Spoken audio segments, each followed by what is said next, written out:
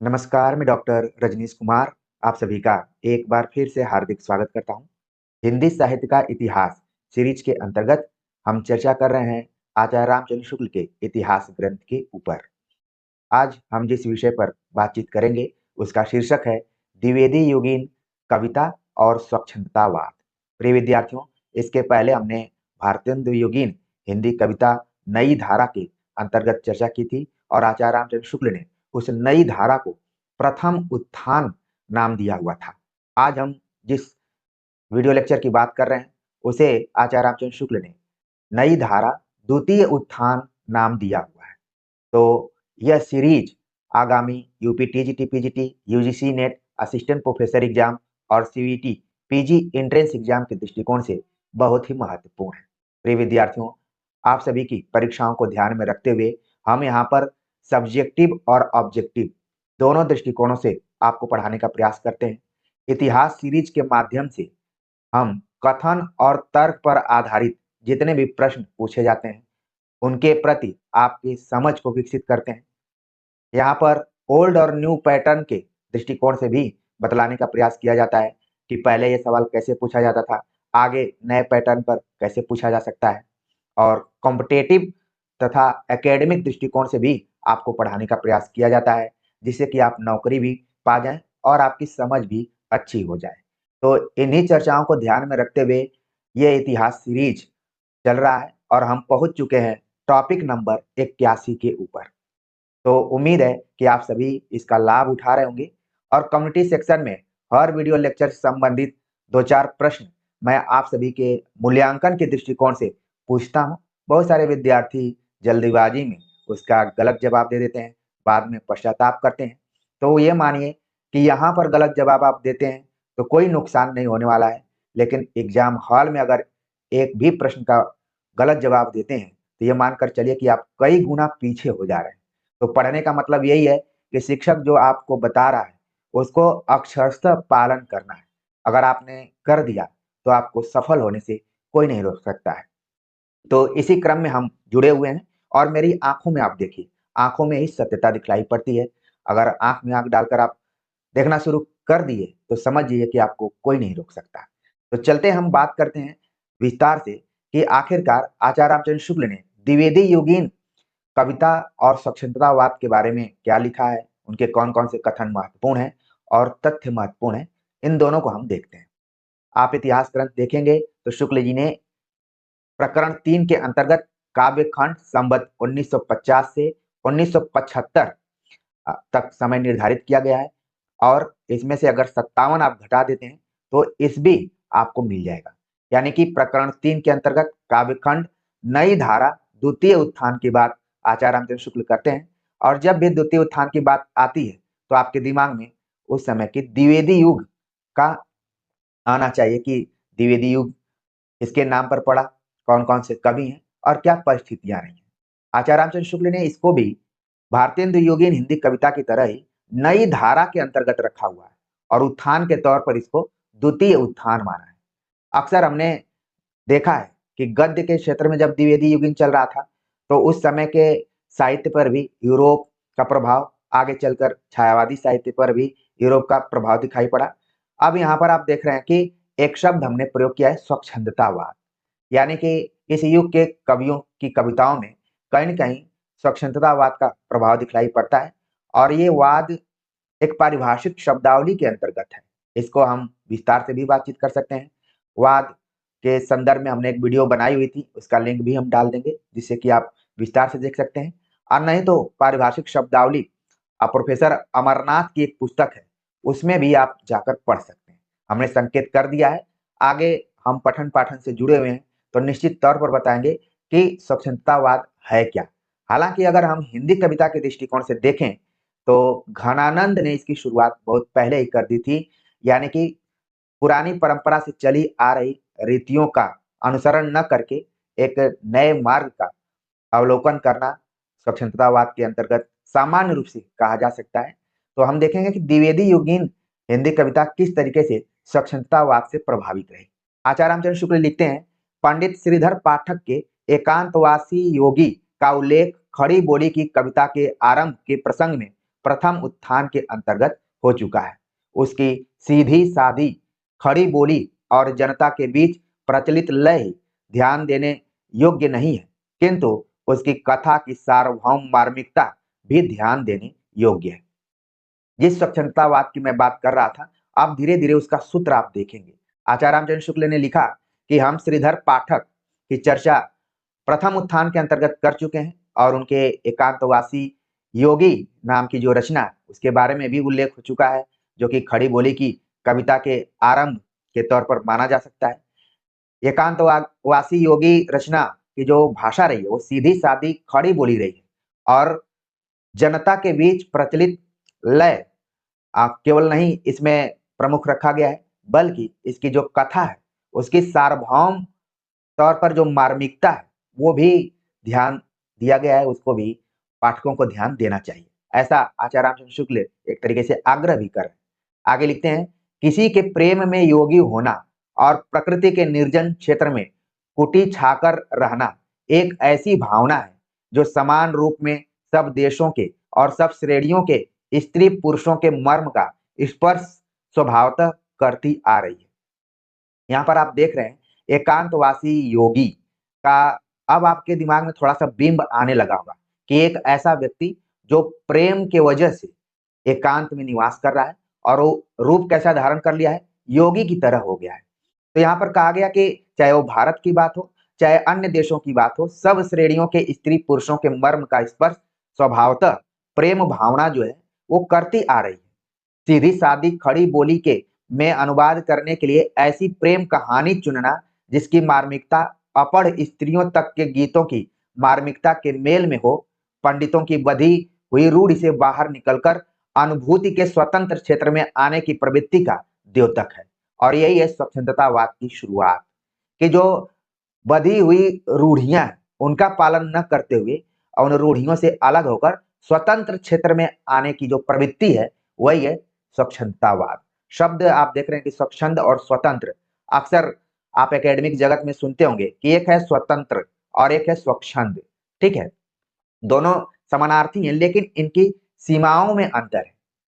हम ये नहीं कहेंगे कि हम स्वच्छंद भारत में रह रहे हैं, हम स्वतंत्र भारत में हैं, क्योंकि स्वतंत्र भारत में कुछ नियम कानून भी हैं और स्वच्छंद का मतलब है योगी, वो कहाँ रह रहा है, कैसे रह रहा है। जैसे महाकुंभ ने इस बार बहुत सारी चीज़ें दी हैं, जिसकी कि हम कल्पना भी नहीं किए हुए थे। जैसे आपने एक आईआईटी बाबा का नाम सुना होगा, ठीक है? अगर उनको हम देखें तो उनको हम इसी क्रम में रख सकते हैं स्वच्छंद में, कि वो कब स्टूडियो में रहेंगे, कब घाट पर रहेंगे, कब कहाँ चले जाएँगे, कोई पता नहीं है। उनके लिए कोई नियम कानून नहीं है। लेकिन एक आम व्यक्ति है, अब वो साढ़े 10 से साढ़े 3 बजे तक अपने प्रोफ़ेशनल कामों में रहेगा, उसके बाद वो स्वच्छंद है। साढ़े 10 से साढ़े 3 तक वो स्वतंत्र है कि कैसे उसको क्लास लेना है, कैसे क्या करना है। तो आप देख रहे हैं कि स्वतंत्रता शब्द और स्वच्छंदता, ये दोनों लगता है कि समानार्थी हैं, लेकिन दोनों का दायरा अलग-अलग है। आप एकेडमिक जगत में विश्वविद्यालयों के प्रोफ़ेसरों से ज़रूर आपने सुना होगा, लेकिन यहाँ पर भी आपको नर्वस होने की ज़रूरत नहीं है, कम आँकने की ज़रूरत नहीं है।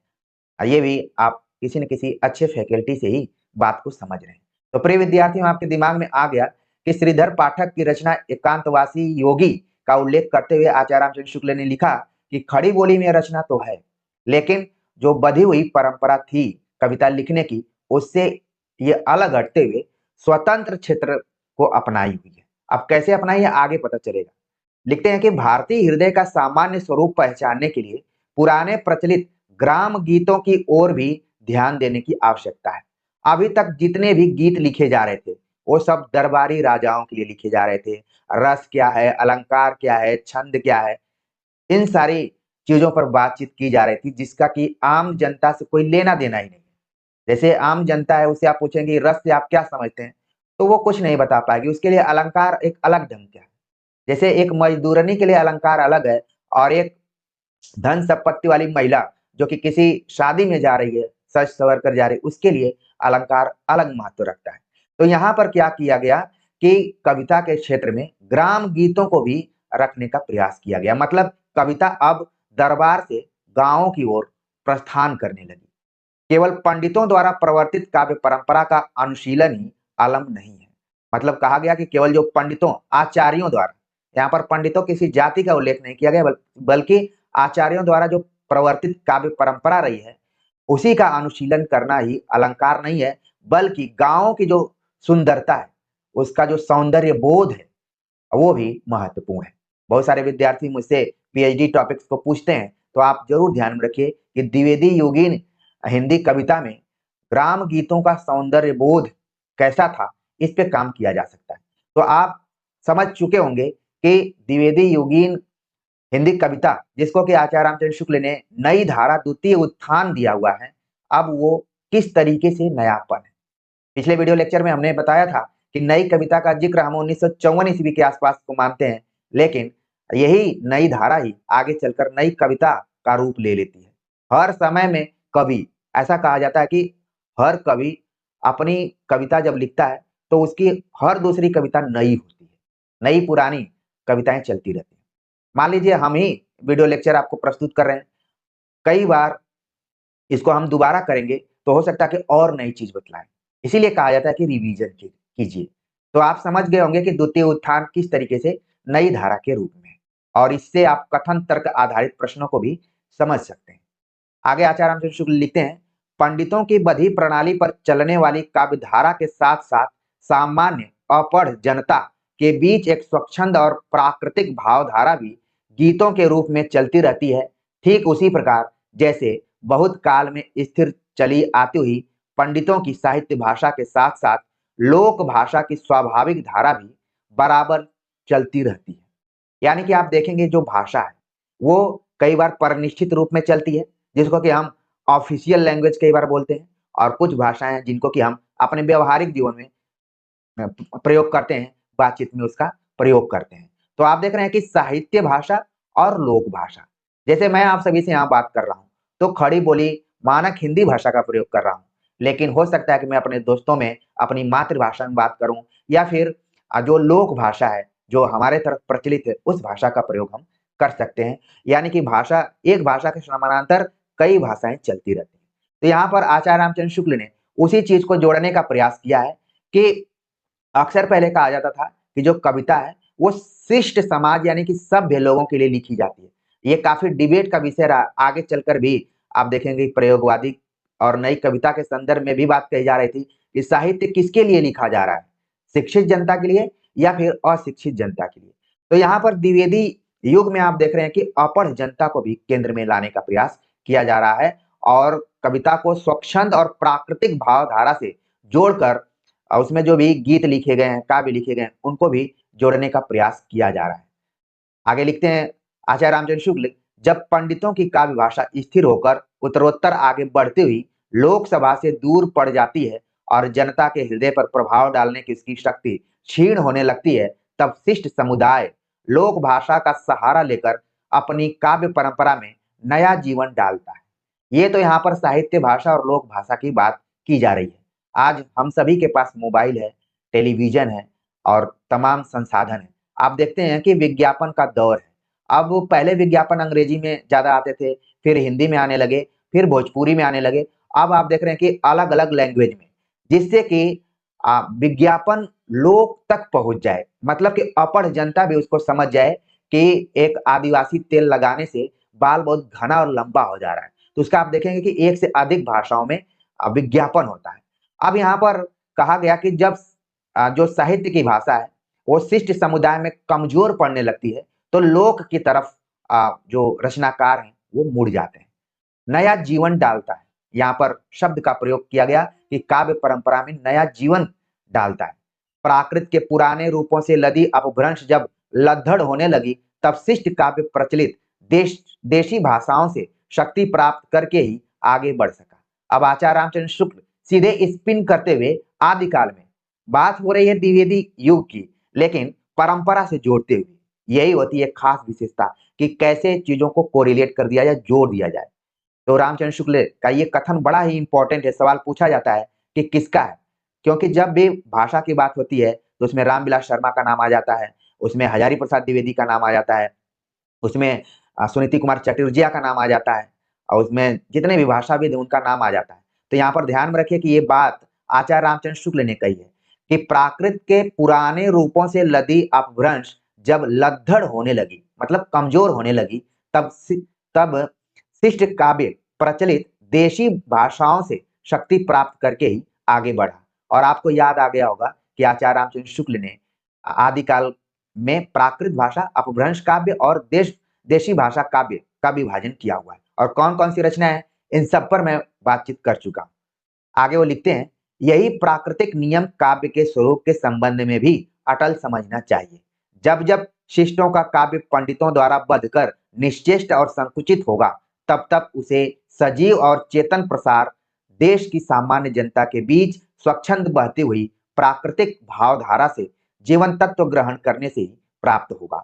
ये भी कथन बड़ा ही इंपॉर्टेंट है कि आचार्य रामचंद्र शुक्ल ये अनुमान लगा रहे हैं, एक तरीके से भविष्यवाणी कर रहे हैं कि जब जब शिष्टों का काव्य पंडितों द्वारा बंध कर निश्चेष्ट हो जाएगा, जिसमें चेतना नहीं रहेगी, संकुचित हो जाएगा, सीमित हो जाएगा, तब तब उसे सजीव और चेतन प्रसार देश की सामान्य जनता के बीच स्वच्छंद बहती हुई प्राकृतिक भावधारा से जीवन तत्व ग्रहण करने से ही प्राप्त होगा।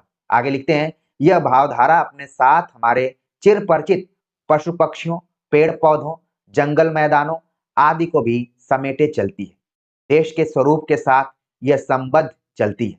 एक गीत में कोई ग्राम वधु अपने वियोग काल की दीर्घता की व्यंजना अपने चिर परिचित प्रकृति व्यापार द्वारा इस भोले ढंग से करती है। तो यहाँ पर कविता के केंद्र में है ग्राम वधु, और वो अपने वियोग काल में, यानी कि वो अकेले में है, और कैसे चिर परिचित प्रकृति का सहारा लेकर। प्रिय विद्यार्थियों, एक चीज आप ध्यान दिए होंगे, मैं अपने बीए और एमए के विद्यार्थियों को भी कहता हूँ कि जब आप अपने जीवन में दुखी होते हैं तो मनुष्य के पास आप नहीं बैठना चाहते हैं, आप प्रकृति में चले जाते हैं, आप कौवे से बात करते हैं, आप पेड़ पौधों से बात करते हैं। ऐसा लगता है कि प्रकृति ही आपके मन की बात सुन पा रही है। मनुष्य से अगर आप कहते हैं तो वो हो सकता है कि उस समय आपको सांत्वना दे, लेकिन आपका कुप्रसार भी बाहर जाकर कह सकता है कि फला पहले बहुत बनता था, अब देखिए रो रहा है। तो हम प्रकृति के बीच में चले जाते हैं, और द्विवेदी युग में ही नहीं जाते, बल्कि आप देखेंगे कि इसको हम पद्मावत में देख सकते हैं, नागमती वियोग वर्णन। तो देखा जाए तो इसकी परंपरा रही है, लेकिन बीच में छीण हो गई थी। लेकिन यहाँ पर द्विवेदी युग में ग्राम गीतों के बहाने ग्राम का जो प्राकृतिक परिवेश है उसको कविताओं में जगह दिया जाने लगा। क्यों दिया जाने लगा, आगे आप जानेंगे कि महावीर प्रसाद द्विवेदी ने कहा था कि अब कविता का क्षेत्र चींटी से हाथी तक और पत्थर से पहाड़ तक सब कुछ भी आप बना सकते हैं, ऐसा उन्होंने कहा था। समय आएगा तो हम जरूर उस कथन पे विचार करेंगे। हमने संकेत कर दिया है, आप जाकर उससे टकराइए। ये हमारे सुपरवाइजर का प्रिय वाक्य था, जो कि अभी मुझे भी प्रभावित किया हुआ है। आगे ये जो कविता का उदाहरण दिया गया कि भोले ढंग से कैसे ग्राम वधु अपनी बात कहती है, उसको देख लेते हैं।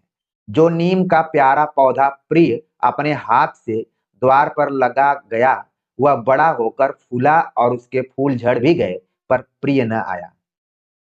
ये है दर्द कि जो प्रियतम है वो नीम का प्यारा पौधा लगाकर कहीं परदेश चला गया है। उस जमाने में परदेश एक जिले से दूसरे जिले में भी जाने को परदेसी कहा जाता था, और परदेश चला गया है। लेकिन नीम का पौधा बड़ा भी हो गया, उसमें फूल भी लग गए, उसके फूल झड़ भी गए, लेकिन प्रिय अभी वापस नहीं आया। ऐसा लग रहा है कि नागमती खड़ा होकर इस तरीके से अंगुली दिखा रही है कि उसी से इस ग्राम वधु की जो पीड़ा है मेल खाती है। इसमें घटनाओं को देखिए आप कि कैसे शुरुआत होती है, बीजवपन इसका होता है, और पुष्पन भी होता है, फिर पतन भी होता है। लेकिन जिसका इंतजार है, आप जानते हैं कि प्रतीक्षा में पीड़ा होती है। न जाने आप लोग विद्यार्थी वर्ग से जुड़े हुए हैं, आपने अपने युवावस्था में जरूर प्रतीक्षाएं किए होंगे और उसमें आपने पीड़ा का अनुभव किया होगा। प्रतीक्षा में पीड़ा होती है। आगे चलकर आप देखेंगे नई कविता और नई कहानी में एक खास प्रवृत्ति के रूप में ये शामिल होती है। तो आप यहाँ पर जुड़े हुए हैं तो ये मानकर चलिए कि कथन तर्क पर आधारित क्वेश्चन आएगा तो आप ऐसे कोरिलेट करके उसको समझेंगे और लगा देंगे। तो यहाँ पर तो ग्राम वधु के जीवन के बारे में, इसके वियोग वर्णन का चित्रण बड़ी ही मार्मिकता के साथ प्रस्तुत किया गया है। आगे लिखते हैं शुक्ल जी कि इस भावधारा की अभिव्यंजन प्रणालियां वे ही होती हैं जिन पर जनता का हृदय इस जीवन में अपने भाव स्वभावतः ढालता आता है। हमारी भाव परिवर्तनी शक्ति का असली भंडार इसकी स्वाभाविक भावधारा के भीतर निहित समझना चाहिए। जब पंडितों की काव्य धारा इस स्वाभाविक भावधारा से विच्छिन्न पड़कर रूढ़ हो जाती है, तब वह कृत्रिम होने लगती है और उसकी शक्ति भी क्षीण होने लगती है। तो यहाँ पर इस बार टारगेट किया है आचार्य रामचंद्र शुक्ल ने उन आचार्यों को जो कि संस्कृत निष्ठ भाषा शैली का प्रयोग करते हैं या फिर ऐसे विषयों को चुनते हैं जिसका कि संदर्भ लोक से या फिर आम जनता से नहीं है। ऐसी परिस्थिति में इस भावधारा की ओर दृष्टि ले जाने की आवश्यकता होती है। दृष्टि ले जाने का अभिप्राय है उस स्वाभाविक भावधारा के ढलाव की नाना अंतर्भूमियों को परख कर शिष्ट काव्य के स्वरूप का पुनर्विधान करना। यह पुनर्विधान सामंजस्य के रूप में हो, अंध प्रतिक्रिया रूप में नहीं, जो विपरीतता की हद तक जा पहुंचती है। इस प्रकार के परिवर्तन को ही अनुभूति की सच्ची नैसर्गिक स्वच्छंदता ट्रू रोमांटिसिज्म कहना चाहिए, क्योंकि वह मूल प्राकृतिक आधार पर होता है। आप याद कीजिए, जब आप रोमांटिक फिल्म को देखते हैं तो एक तरफ कथा चलती है और कथा के बीच बीच में गानों का प्रयोग किया जाता है। गाना किसी बंद कमरे में नहीं होता है, बल्कि हीरो हीरोइन आप देखेंगे कि प्रकृति की गोद में चले जाते हैं। कहीं पर्वत है, कहीं पठार है, कहीं नदियां हैं, कहीं समुद्र है और कई सीन आप गाने में देखते हैं। तो कुल मिलाकर यहाँ पर कहा गया कि ये अनुभूति को दिखाने के लिए कि सच्ची अनुभूति कैसे नायक नायिका से प्रेम करता है या फिर अपनी बातों को कहता है। यहाँ पर आप देख रहे हैं कि काल्पनिक अनुभूतियों के बारे में बात नहीं किया जा रहा है, अनुभूति की सच्चाई पर भी जोर दिया जा रहा है और इसी को कहा गया सच्ची नैसर्गिक स्वच्छंदता यानी ट्रू रोमांटिसिज्म, जिसमें सच्चाई हो न कि कल्पना। और उसका मूल आधार क्या है? प्राकृतिक आधार। आगे लिखते हैं आचार्य रामचंद्र शुक्ल कि स्वच्छंदतावाद की शुरुआत कहाँ से कैसे होती है और हिंदी कविता पे उसका कैसे असर पड़ता है। लिखते हैं कि इंग्लैंड के जिस स्वच्छंदतावाद यानी रोमांटिसिज्म का इधर हिंदी में भी बराबर नाम लिया जाने लगा, उसके प्रारंभिक उत्थान के भीतर परिवर्तन के मूल प्राकृतिक आधार का स्पष्ट आभास रहा है। यानी रोमांटिसिज्म में ये बैक टू नेचर, आपने ये कथन भी सुना होगा, ठीक है, इसमें रूसो इत्यादि का है, या फिर प्रकृति की ओर लौटो, इस तरीके से कथनों को आपने सुना होगा। तो कवियों ने भी खासतौर से इंग्लैंड इत्यादि में स्वच्छंदतावाद यानी रोमांटिसिज्म जो चल रहा था उसमें ये भी था कि प्राकृतिक आधार को कविता के केंद्र में रखा जाए। पीछे के कवियों की व्यक्तिगत, विद्यागत और बुद्धिगत प्रवृत्तियों और विशेषताओं के जैसे रहस्यात्मक दार्शनिकता, स्वातंत्र्य भावना, कलाकार आदि के अधिक प्रदर्शन से वह कुछ ढक सा गया था। इसके पहले हम गद्य के बारे में आपसे चर्चा कर रहे थे कि यूरोप में कला कला के लिए है, कविता का उद्देश्य ही काव्य है। ये सारी बातें की जा रही थी जिसमें जो प्राकृतिक आधार थे वो ढक जा रहे थे, वो छिप जा रहे थे, कवियों के सामने नहीं आ पा रहे थे। लेकिन जैसे ही स्वच्छंदतावाद शुरू हुआ वो केंद्र में आ गया, मतलब प्राकृतिक मूल आधार केंद्र में आ गए। शुक्ल जी लिखते हैं कि काव्य को पांडित्य की विदेशी रूढ़ियों से मुक्त और स्वच्छंद का उस पर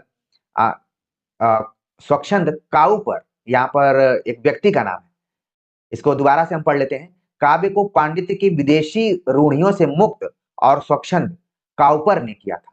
आप ध्यान में रखिए कि अगर हम बात करें आचार्यों की या फिर जो भी काव्य शास्त्री अपने को मानते थे, उनकी विदेशी रूढ़ियों से मुक्त और स्वच्छंद करने की कोशिश अगर इंग्लैंड इत्यादि में भी देखा जाए कवि के तौर पर तो काउपर ने किया। पर स्वच्छंद होकर जनता के हृदय में संचरण करने की शक्ति वह कहाँ से प्राप्त करे, यह स्कॉटलैंड के किसानी झोपड़े में रहने वाले कवि बर्न्स ने ही दिखाया। तो यहाँ पर दो व्यक्तियों का नाम आप देख रहे हैं कि एक काउपर है और दूसरा बर्न। हालांकि शुरुआत काउपर ने की थी, लेकिन जो अच्छे से अनुभूति की सच्चाई को सामने लाया वो कवि बर्न लाया। इसलिए कई बार कहा जाता है, हम देखते हैं कई विश्वविद्यालयों के प्रोफेसरों को कवि बनते हुए कि वो एसी में बैठकर किसानों की बात करते हैं। लेकिन अगर एक किसान, आप एक कवि का नाम सुने होंगे रमाशंकर विद्रोही, ये हमारे जेएनयू में थे और बड़ी अच्छी-अच्छी कविता लिखे हैं। इनके कविता संग्रह का नाम है नई खेती, ठीक है ना? इसमें ढेर सारी कविताएँ हैं जो कि अनुभूतियों पर आधारित हैं। कहने का मतलब ये है कि किसानों से रिलेटेड कविता या फिर प्राकृतिक जीवन की कविता वही लिख सकता है जो प्रकृति के गोद में रहता हो। तो कवि बर्न्स ने इसको दिखलाया जो कि स्कॉटलैंड के थे। उसने अपने देश के परंपरागत प्रचलित गीतों की मार्मिकता परख कर देश भाषा में रचनाएं की, जिन्होंने वहां के सारे जन समाज के हृदय में अपना घर किया। वाल्टर स्कॉट ने देश की अंतर्व्यापनी भावधारा से शक्ति लेकर साहित्य को अनुप्राणित किया। अब आप देख रहे हैं कि जब हम स्वच्छंदतावाद यानी रोमांटिसिज्म की प्रवृत्ति पर बात कर रहे हैं, तो 3-4 लोगों का नाम यहाँ पर आ रहा है। काउपर का नाम आ रहा है, बर्न्स का नाम आ रहा है और वाल्टर स्कॉट का नाम आ रहा है। और अब जो कविता है वो शिष्ट समुदाय और साहित्य भाषा में नहीं लिखी गई, बल्कि ग्रामीण परिवेश में और देश भाषा में लिखी गई रचनाएं थी, जो कि स्वच्छंदतावाद से जोड़ती। आगे लिखते हैं आचार्य रामचंद्र शुक्ल कि जिस परिस्थिति में अंग्रेजी साहित्य में स्वच्छंदतावाद का विकास हुआ, उसे भी देखकर यह समझ लेना चाहिए कि रीति काल के अंत में या भारतेंदु काल के अंत में हिंदी काव्य की जो परिस्थिति थी, वह कहाँ तक इंग्लैंड की परिस्थिति के अनुरूप थी। जब इंग्लैंड में स्वच्छंदतावाद और रोमांटिसिज्म चल रहा था, तो भारत में आप देख रहे थे खासतौर से हिंदी साहित्य में तो रीतिकाल अपने समापन के दौर पे था, या फिर थोड़ा सा और समय खींच लें तो भारतेंदु का काल जो था वो अपने समापन के दौर में था। तो दोनों देशों की परिस्थितियों में अंतर है। अब आपके दिमाग में आना चाहिए कि क्यों बार-बार इंग्लैंड की बात की जा रही है? क्योंकि उस जमाने में हमारा देश गुलाम था, इसलिए थोड़ा-सा इंग्लैंड में, क्योंकि वहां पर कवि अलग ढंग की बात कर रहे थे और यहाँ पर जो भी कवि थे वो राजभक्ति, देशभक्ति के द्वंद में फंसे हुए थे कि आखिरकार लिखें तो लिखें कैसे? इन परिस्थितियों को भी आपको अलग एंगल से देखने की जरूरत है। शुक्ल जी लिखते हैं कि सारे यूरोप में बहुत दिनों तक पंडितों और विद्वानों के लिखने पढ़ने की भाषा लैटिन, जो कि प्राचीन रोमियो की भाषा रही, फ्रांसीसियों के प्रभाव से इंग्लैंड की काव्य रचना में भी लैटिन की प्राचीन रूढ़ियों से जकड़ी जाने लगी। उस भाषा के काव्यों की सारी पद्धतियों का अनुसरण होने लगा। बधी हुई अलंकृत पदावली, वस्तु वर्णन की रूढ़ियां, छंदों की व्यवस्था सब ज्यों की त्यों रखी जाने लगी। इस प्रकार अंग्रेजी काव्य विदेशी काव्य और साहित्य की रूढ़ियों से इतना आच्छन्न हो गया कि वह देश की परंपरागत स्वाभाविक भावधारा से विच्छिन्न सा हो गया। काउपर, क्रैव और बर्न्स ने काव्य धारा को साधारण जनता की नाद रुचि के अनुकूल नाना मधुर लयों में तथा लोक हृदय के ढलाव की नाना मार्मिक अंतर्भूमियों में ढाला। अंग्रेजी साहित्य के भीतर काव्य का यह स्वच्छंद रूप पूर्व रूप से बहुत अलग दिखाई पड़ा। बात यह थी कि लैटिन, जिसके साहित्य का निर्माण बहुत कुछ यवनानी ढांचे पर हुआ था, इंग्लैंड के लिए दूर देश की भाषा थी। अतः उसका साहित्य भी वहां के निवासियों के अपने चिर संचित संस्कार और भाव व्यंजन पद्धति से दूर पड़ता था। तो यहाँ पर आप देख रहे हैं कि अंग्रेजी साहित्य के बारे में आचार्य रामचंद्र शुक्ल वहां पर किस तरह की कविताएं लिखी जा रही थी, किस तरीके के भाषा के प्रयोग को लाया जा रहा था, साहित्यिक, फिर देश भाषा, ये सब इसका प्रभाव कहीं न कहीं हिंदी कविता पर भी दिखलाई पड़ रहा। हालांकि दोनों जगहों की परिस्थितियां क्या है, अलग अलग है। आगे लिखते हैं कि पर हमारे साहित्य में रीतिकाल की जो रूढ़ियां हैं वे किसी और देश की नहीं, उनका विकास इसी देश के साहित्य के भीतर संस्कृत में हुआ है। संस्कृत काव्य और उसी के अनुकरण पर रचित प्राकृतिक अपभ्रंश काव्य भी हमारा ही पुराना काव्य है, पर पंडितों और विद्वानों द्वारा रूप ग्रहण करते रहने और कुछ बध जाने के कारण जन साधारण की भावमयी वाकधारा से कुछ हटा सा लगता है।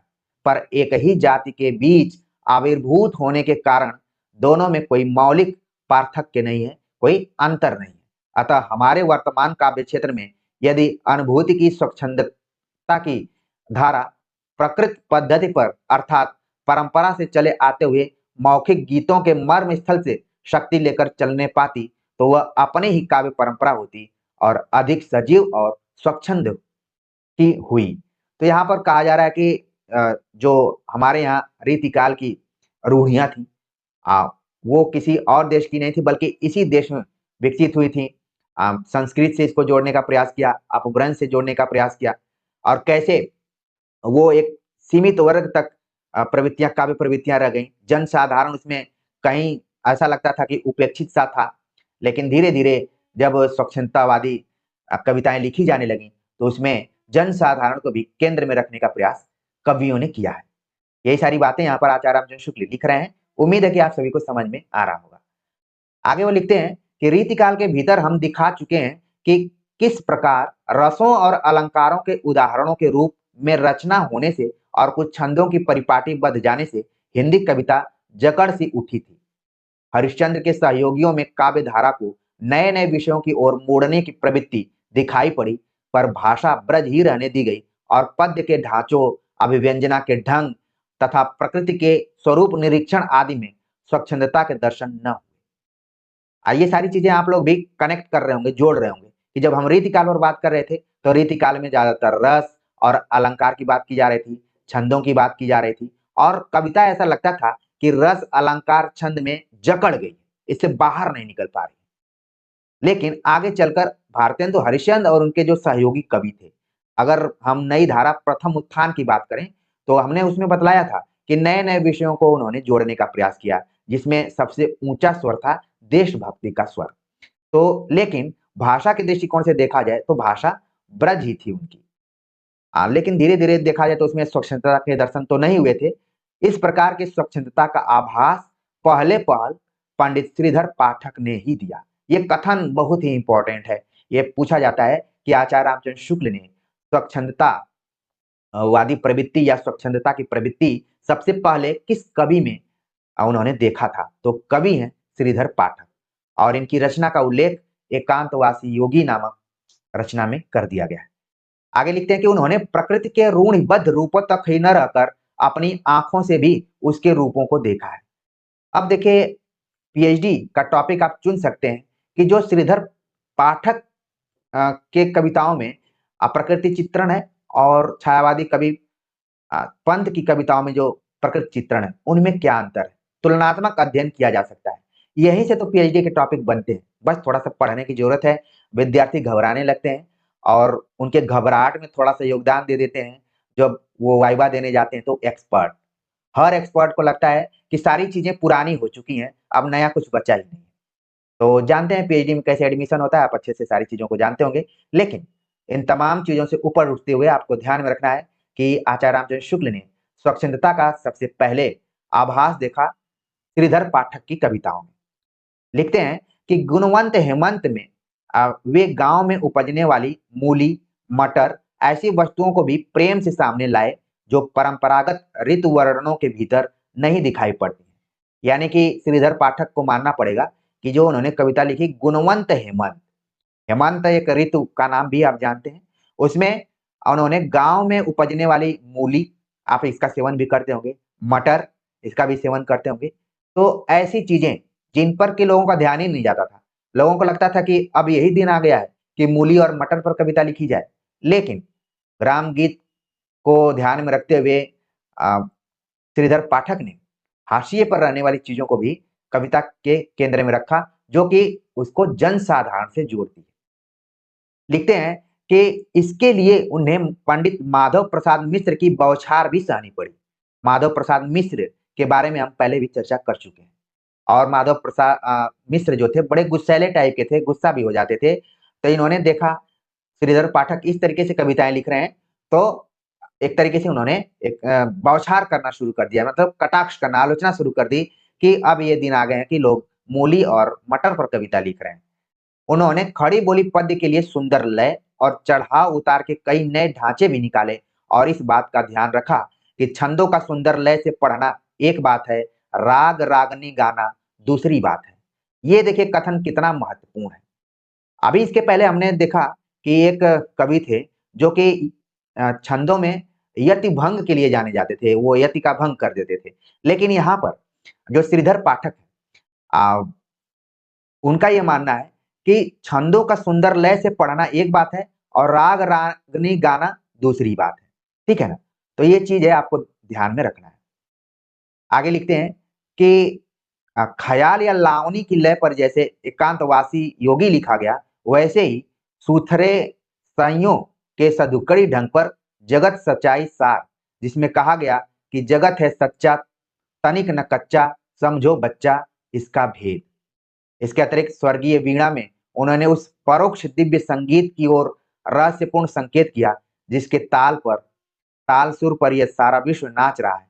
इन सब बातों का विचार करने पर पंडित श्रीधर पाठक ही सच्चे स्वच्छंदतावाद यानी रोमांटिसिज्म के प्रवर्तक ठहरते हैं।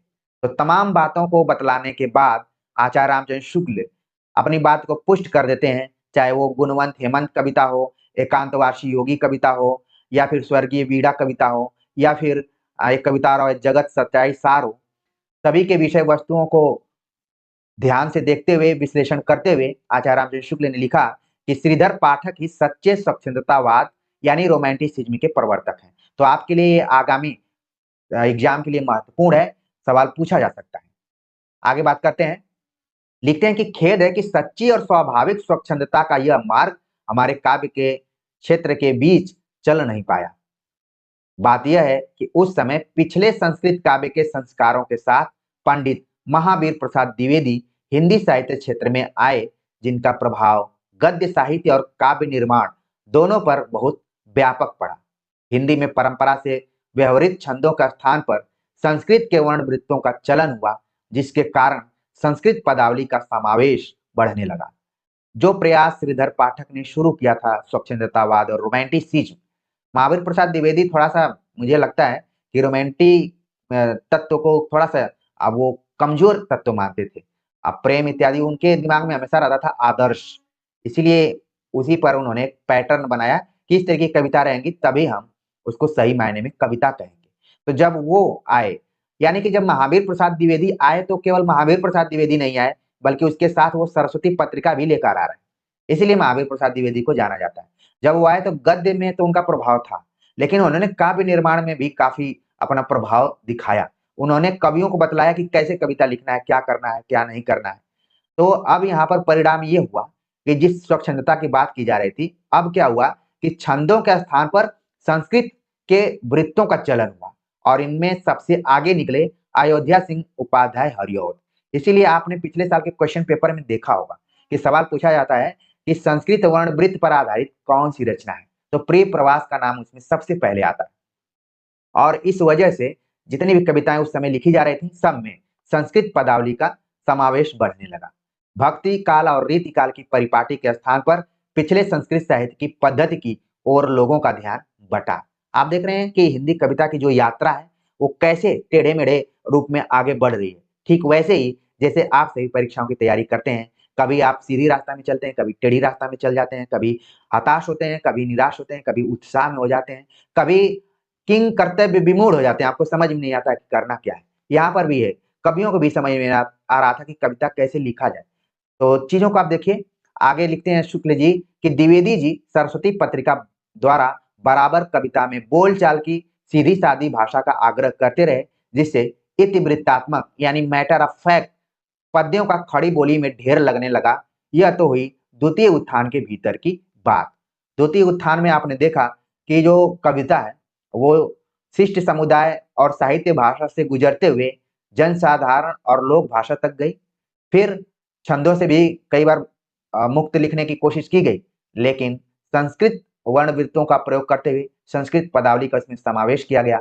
और ऐसा हो गया कि जो महावीर प्रसाद द्विवेदी थे, वो सरस्वती पत्रिका का संपादन करते करते कविता को एकदम से इतिवृत्तात्मक यानी कि एकदम से कथा प्रधान, कोई भी कविता थी उसमें कोई न कोई कथा थी, लगता था कि कोई सपाट बयानी की जा रही है। इतिवृत्तात्मकता का मतलब है कि ऐसा ही चरित, ऐसा ही कहा गया, ठीक है। तो सपाट बयानी होने लगी, और ये शुक्ल जी ने कहा कि द्वितीय उत्थान में सारी घटनाएं घट रही थी। लिखते हैं कि आगे चलकर तृतीय उत्थान में उक्त परिस्थिति के कारण जो प्रतिक्रिया उत्पन्न हुई वह भी स्वाभाविक स्वच्छंदता की ओर न बढ़ने पाई। बीच में रविंद्र बाबू की गीतांजलि की धूम उठ जाने के कारण नवीनता प्रदर्शन के इच्छुक नए कवियों में कुछ लोग तो बंग भाषा की रहस्यात्मक कविताओं की रूपरेखा लाने में लगे, कुछ लोग पाश्चात्य काव्य पद्धति को विश्व साहित्य का लक्षण समझ उसके अनुसरण में तत्पर हुए। परिणाम यह हुआ कि अपने यहाँ रीतिकाल की रूढ़ियों और द्वितीय उत्थान की इतिवृत्तात्मकता से छूटकर बहुत सी हिंदी कविता विदेश के अनुकृति रूढ़ियों और वादों में जा फंसी।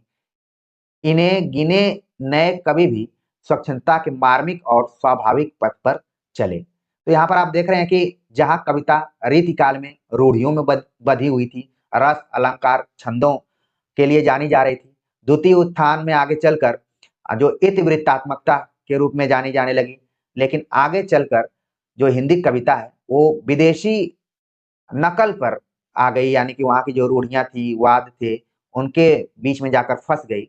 और धीरे-धीरे जो स्वच्छंदता के मार्मिक कुछ ऐसे नए कवि थे, गिने-चुने ही थे कि वो स्वच्छंदता के मार्मिक और स्वाभाविक पथ पर चले। यानी कि कम लोग थे जो इस तरह की कविता लिख रहे थे। तो प्रिय विद्यार्थियों, हमने द्विवेदी योगीन हिंदी कविता की पृष्ठभूमि और जो एक वाद है स्वच्छंदतावाद, उसको लेकर आप सभी से चर्चा की। उम्मीद है कि आचार्य रामचंद्र शुक्ल को पढ़ते हुए ये सारी बातें आपको समझ में आ गई होंगी। आपकी समझ भी इसमें विकसित हुई होगी। तो आपके कमेंट्स आमंत्रित रहेंगे। इस पर आधारित कुछ प्रश्न हम कम्युनिटी सेक्शन में ज़रूर रखेंगे और देखेंगे कि आप लोगों ने इस वीडियो लेक्चर को कितनी गंभीरता से देखा है और समझा है। तो मिलते हैं एक नए टॉपिक के साथ, तब तक के लिए नमस्कार।